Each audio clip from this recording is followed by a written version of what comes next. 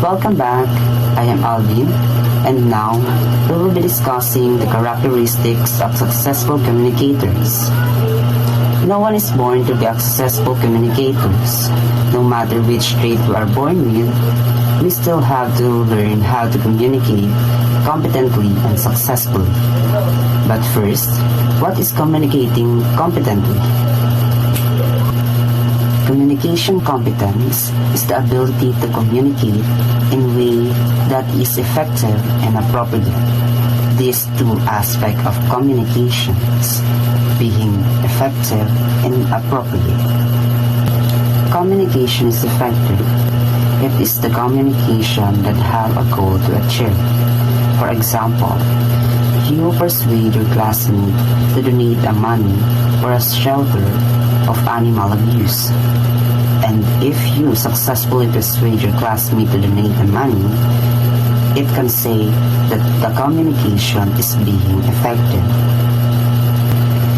Communication is appropriate. It is especially challenging if you're interacting with people from different culture, because many communication rules is a specific culture. What might be perfect or appropriate in one culture might be seen as inappropriate or even offensive to another culture. Example, in Canadian households, if the owner of the house offers you a food, it is appropriate to accept it if you are hungry. However, in many Japanese households, it is inappropriate not until if it's offered you on the third time. Hold up for a moment, let's do some activity. As we learn about what is communication competence, now may I ask you to identify people or group of leaders in your community or school based on the two characteristics of competence communication.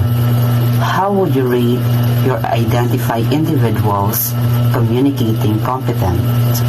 And what do you think make one individual more competent than others? Write your answer in a sheet of paper and be ready to discuss it in a face-to-face. Let's get deeper to the discussions of the characteristics of successful communicators. First, successful communicators are self-aware. It is also called as self-monitoring, when communicators pay close attention on how they looks, sounds, and acts on social situation. It helps us to determine whether or not their actions are appropriate on a certain social settings. They exactly know what they speak. At the same time, they are also aware of what people around there are reactions. Example, you have a conversation with your friends about what happened yesterday, and you feel they are not interested in your conversation. So, you will stop the conversation about the topic to avoid them feel uncomfortable. Second, successful communicators are adaptable. Ability to modify your behavior as the situations demand. It is also being aware of generational and cultural differences that can influence what audience find engaging. This ability is important because what works in one situation may not be works or effective in another. Example, having a conversation with your teachers or professor is different by the attitude that having a conversation with your friends or classmates. Third, successful communicators are cognitive complex, ability to consider a variety of explanation and understanding a given situation in a multiple way. It is valuable skill because it helps you avoid jumping to a conclusion and responding inappropriately. Example, your classmate is coming toward to you on the hallway at the school. You smiled and ready to say hi, but she walks by as if you are not there. You may interpret her behavior as she's mad or she just concentrating on something and not noticing anyone around her, and that is being cognitive complex communicator. Fourth, successful communicators practice empathy, ability to be other-oriented and understand other people's thoughts and feelings.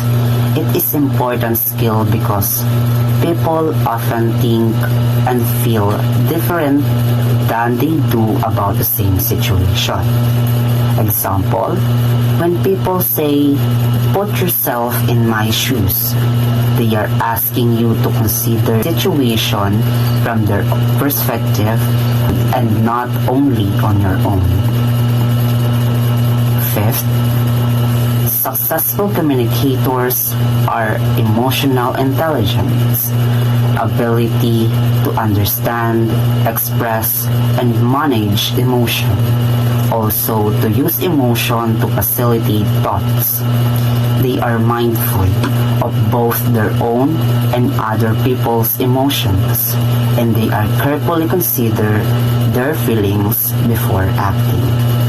Example, having a lot of tempers when doing group works, where you choose to consider your classmates or group mates rather than to be mad because you know that it's no good effects.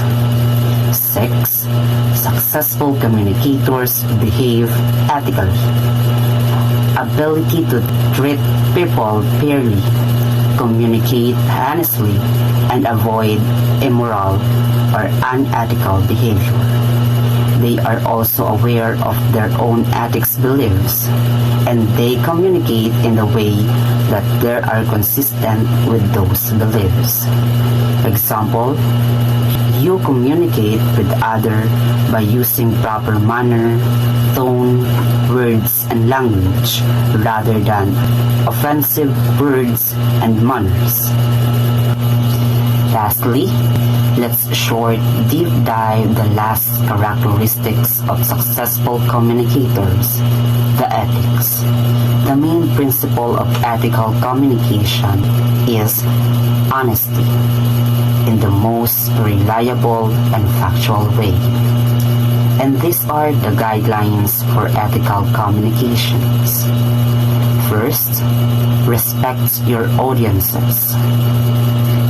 Second, respect the truth. Third, use the information properly. And lastly, don't falsify information such as plagiarizing one idea without giving credit to it. And that's all for the topic of characteristics of successful communicators and the ethics of communications. Thank you for listening.